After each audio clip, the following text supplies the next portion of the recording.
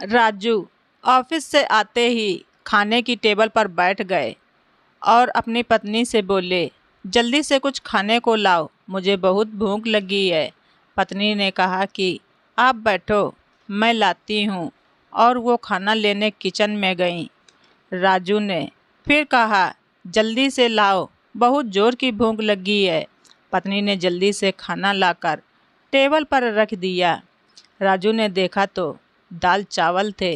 दाल चावल को देखते ही राजू ने मुंह बनाते हुए कहा कि मेरी तो सारी भूख ही मर गई, जब देखो तब कुछ ऐसा ही बना देती हो जिसे देखकर मेरी तो पूरी भूख ही मर जाती है।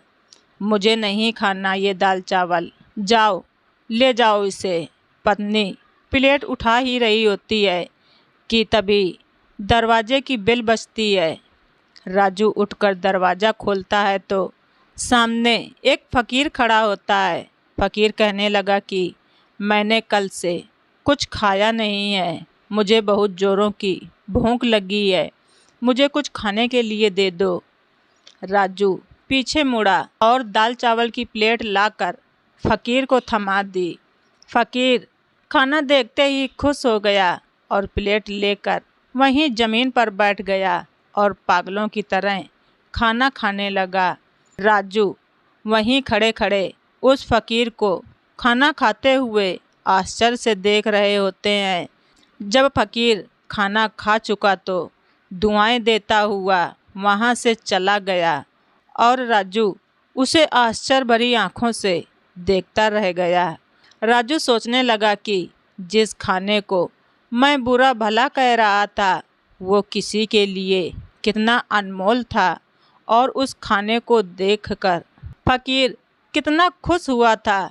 देखा जाए तो ज़्यादातर घरों में ऐसा ही होता है, वो मालिक जिसे चाहे दे दे और जब चाहे उसे वापस ले ले, लेकिन हमें कभी भी गुस्सा नहीं होना चाहिए।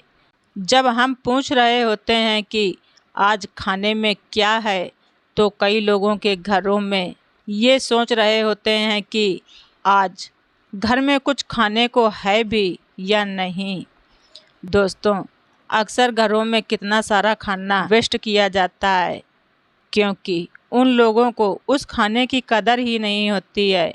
असली कदर देखना हो तो उन लोगों को देखो जो एक एक निवाले के लिए तरस रहे हैं। अन्न का अनादर ना करें। घर में जो भी बना हो उसे सब प्रेम मिलजुल कर खाना चाहिए। तो दोस्तों, आप सभी लोगों को हमारी ये स्टोरी अच्छी लगे तो कमेंट बॉक्स में ज़रूर लिखें।